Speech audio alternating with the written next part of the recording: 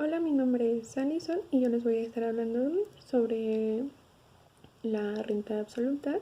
Esto está basado sobre el libro del Capital de Carlos Marx. Bueno, empezamos con que aquí la renta diferencial significa que el suelo de la peor calidad no abona renta, o para expresarlo de una manera más general, que solo abona renta el suelo cuyo producto tiene un precio de producción individual situado por debajo del precio de producción regulador del mercado. Esto es de modo de que esta suerte se origina una plusganancia que se transforma en renta. Aquí vamos a tener que la ley de la renta diferencial, este es un cuento de renta diferencial, que esto es independiente por completo de la justeza o incorrección de aquel supuesto. Aquí vamos a tener que señalar que también que el precio de mercado debe ser más elevado que el precio de producción, pues no bien se ha creado la oferta adicional, aquí se habrá modificado evidentemente la relación entre oferta y demanda. Antes la oferta era insuficiente y mientras que ahora es suficiente. Por lo tanto, vamos a tener que el precio debe descender, pero para que esto pueda bajar, su nivel debe de haber sido superior al precio de producción. Tenemos que el monopolio de la propiedad de la tierra, o sea que la propiedad inmueble como barrera del capital está presupuesto no obstante en la renta diferencial, ya que sin ese monopolio la plusganancia no se convertiría en renta de la tierra y no caería en poder del terrateniente, en lugar de quedar en manos del arrendatario. Y la propiedad de la renta, en cuanto a barrera persistente, inclusive ahí donde la renta desaparece en cuanto a renta diferencial, es decir, en el tipo de suelo. Bueno, aquí vamos a tener casos en los que en un país de producción capitalista puede verificarse la inversión de capital en la tierra sin pago de renta, y hallaremos que todos ellos implican una derogación de hecho, sino jurídica, de la propiedad del suelo, una abolición que solo puede producirse circunstancias muy determinadas y de índole fortuita. El primer caso, bueno, aquí van a ser tres casos. En el primero es cuando el propio terrateniente es capitalista, o si el propio capitalista es terrateniente. En este caso, apenas haya aumentado suficientemente el precio de mercado, podrá explotar personalmente su propiedad a fin de obtener el precio de producción de los que es actualmente el tipo de suelo, o sea, para obtener la reposición del capital más la ganancia media. Esto es porque para él la propiedad del suelo no constituye una barrera para la inversión de su capital, y puede tratar el suelo como un simple elemento natural, haciendo que por consiguiente solo pesen a su ánimo las consideraciones de la valorización de su capital, vale decir, consideraciones capitalistas. Y tenemos como segundo caso que en el área total de un arrendatario puede haber determinadas proporciones de terreno que, dado el nivel de los precios de mercado, no abonen renta, es decir, que de hecho se hayan concedido en forma gratuita, pero el terrateniente no lo considera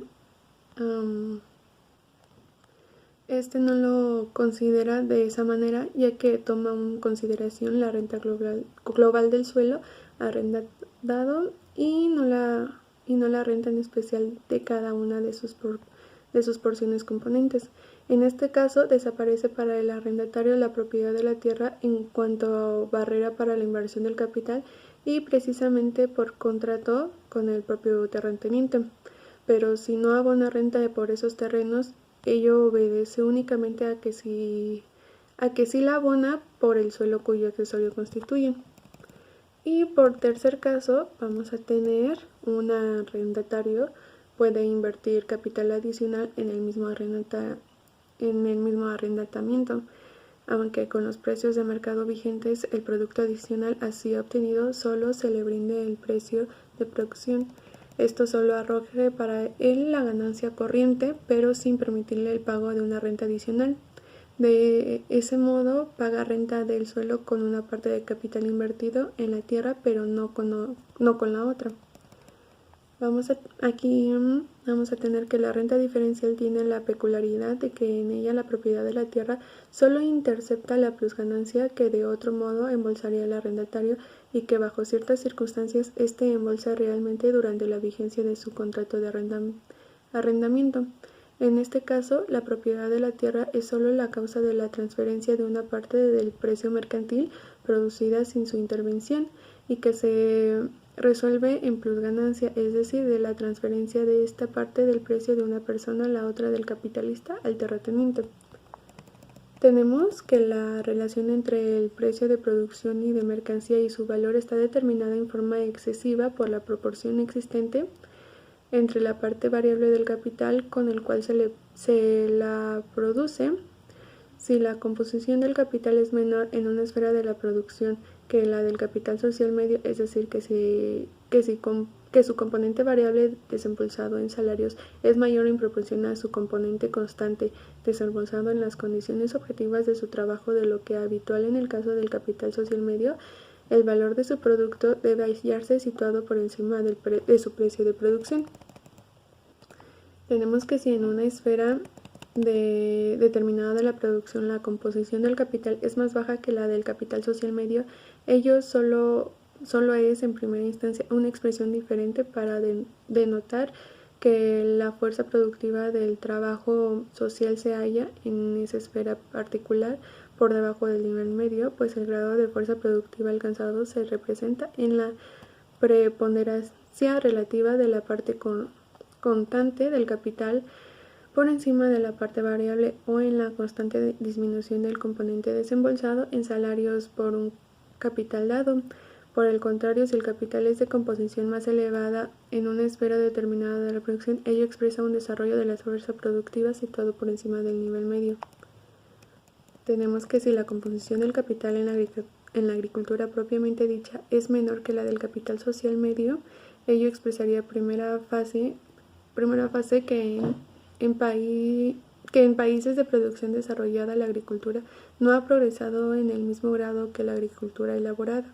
Un hecho semejante se explicaría ya que a partir del desarrollo más precoz y más acelerado de las ciencias mecánicas y en especial de su empleo en comparación con el desarrollo posterior y en parte novismo de la química, la geología, la fisiología y en especial una vez más en su aplicación a la agricultura.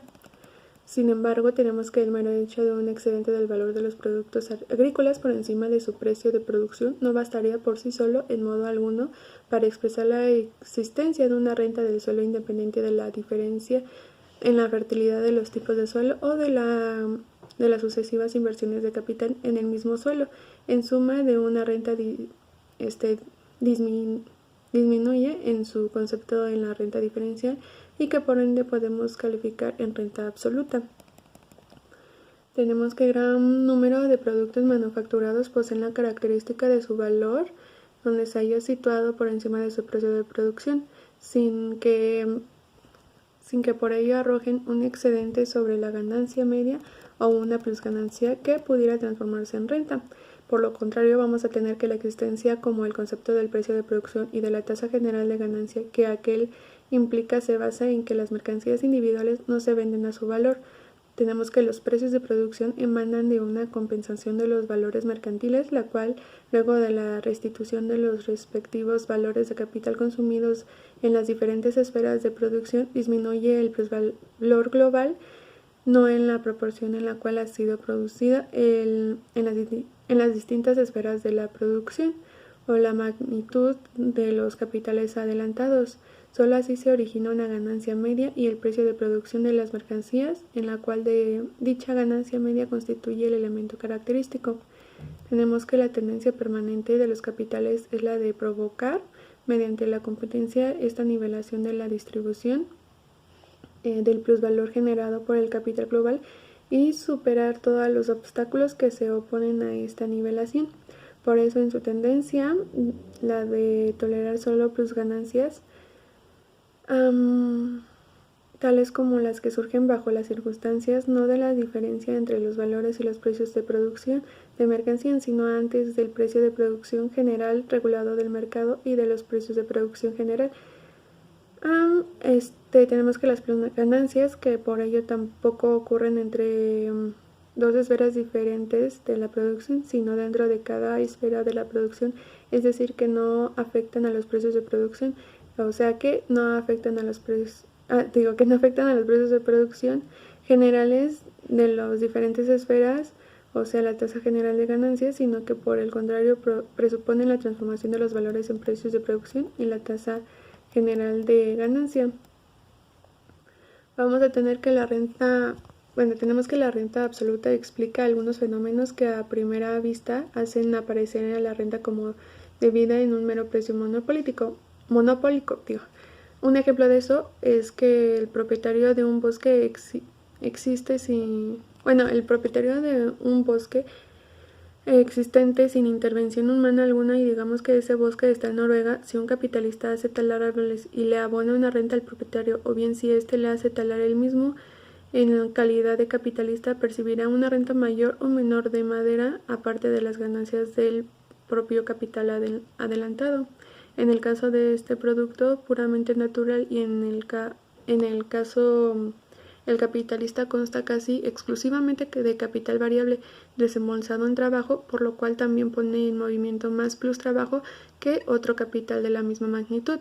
Por consiguiente, en el valor de la madera hay un excedente de trabajo impago o de plusvalor mayor que en el producto de capitales de composición más elevada. Por ello puede pagarse la ganancia media a partir de la madera y correspondiente al propietario del bosque en considerable excedente de forma de renta. Y por último tenemos que la renta constituye entonces una parte del valor, más específicamente del plusvalor de las mercancías, solo que en lugar de corresponderle a la clase capitalista que lo ha extraído de los obreros, cae en manos de los terratenientes que lo extraen de los capitalistas. Y bueno, esto ha sido todo por mi parte. Muchas gracias. Capítulo 44. Bueno, este capítulo habla sobre la renta diferencial también en el suelo peor cultivado. Aquí veremos las diferencias del primer capítulo con este capítulo. Bueno, en este vamos a hacer pues una suposición, vamos a hacer un ejercicio para adentrarnos más a este tema, en el cual nos dice que vamos a suponer que la demanda de granos sea creciente y que la oferta solo pueda satisfacerse en virtud pues de sucesivas inversiones de capital con su productividad en tierras que devengan renta o por inversión adicional de capital. También nos dice que asimismo con productividad decreciente en el suelo A. Aquí vamos a suponer dos tipos de suelo. Vamos a tener el suelo A y el suelo B. En el suelo A, o por inversión de capital en tierras nuevas de calidad inferior a la de A. Tomemos ahora el suelo B. El suelo B lo vamos a tomar como representante de las tierras que devengan renta. Bueno, la inversión suplementaria de capital exige un aumento del precio de mercado por encima del precio de producción regulador en vigencia hasta en este momento de 3 libras, así nos dice, de 3 libras por cuarter, para posibilitar la producción de un cuarter. Bueno, en este caso en B, en C y D, etc. Los tipos de suelo de renta máxima pueden producirse entonces también plusproducto, pero solo con plusproductividad decreciente. Sin embargo, se presupone que ese cuarter de B es necesario para cubrir la demanda. También nos menciona que vamos a suponer ahora que A haya producido como hasta el presente un cuarter a 3 libras. Tenemos que tener muy en claro eso para poder entender el ejercicio. Nos dice que B, al igual que hasta ahora, un total de 3 un medio quarters, al precio de producción individual de 6 libras en total. Si ahora se requiere en B un suplemento de 4 libras de costos de producción para producir otro cuarter, mientras que en A se lo podría producir a 3 solamente, 3 libras con 3 cuartos. Obviamente se lo produciría en A y no en B. Pues sí, porque obviamente aquí lo que trata de decir es que pues le conviene mucho más en A que en B, porque nos está diciendo que en B son 4. 4 libras y tan solo en A son 3 con 3 cuartos.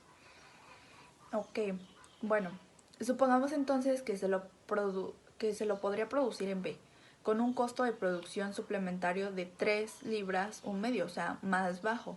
En este caso, 3 libras con un medio se convertiría en el precio regulador para toda la producción.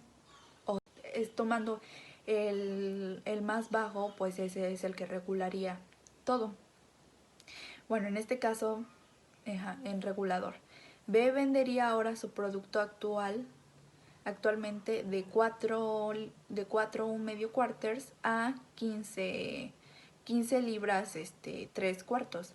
Y de ella se deducirían los costos de producción. De aquí se van desprendiendo los costos de producción de los primeros 3 un medio quarters con 6 libras y del último quarter con 3 libras un medio, con un total de 9 libras un medio.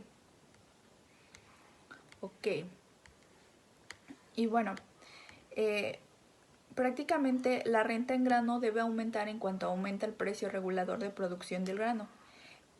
Es decir, en cuanto aumenta el cuarter de grano en el suelo regulador o la inversión de capital reguladora en uno de los tipos de suelo, es lo mismo que si todos los tipos de suelo se hubiesen tornado menos fértiles y solo produjeran, por ejemplo, con 2 libras un medio de nueva inversión de capital, 5 séptimos de cuarter en lugar de un cuarter, lo que producen de más en materia de granos. Con la misma inversión de capital se transforma en plusproducto, en el cual se presenta la plusganancia y por consiguiente la renta. Suponiendo que la tasa de ganancia permanece constante, el arrendatario puede comprar menos granos con su ganancia. La tasa de ganancia puede permanecer constante si no aumenta el salario, sea porque ha sido deprimido hasta el mínimo físico, es decir, por debajo del valor normal de la fuerza de trabajo, o porque los otros objetos del consumo obrero suministrados por la manufactura se ha abaratado relativamente, o bien porque la jornada laboral se ha prolongado o vuelto más intensa, y por ello la tasa de ganancia en los ramos no agrícolas de la producción, tasa que sin embargo regula la ganancia agrícola, ha permanecido constante, si no ha aumentado, o bien porque se ha desembolsado en la agricultura el mismo capital. Y es cierto, pero mayor cantidad de capital constante y menor cantidad de capital variable. Bueno, más que nada este capítulo nos trata de enfocar pues en este contexto que es sobre el suelo el suelo peor cultivado. Entonces tenemos que hacer un análisis para ver si este suelo nos conviene o qué tanto saldríamos afectados. Y este sería en conclusión el capítulo 40 y 44. Buenas tardes, a continuación presentaré el capítulo 43, la renta diferencial, parte 2 del tercer caso que lleva por nombre el precio de producción creciente. En esta parte nos hace mención que un precio de producción creciente va a presuponer que disminuye la productividad de la calidad inferior del suelo, pero este nunca abonará renta.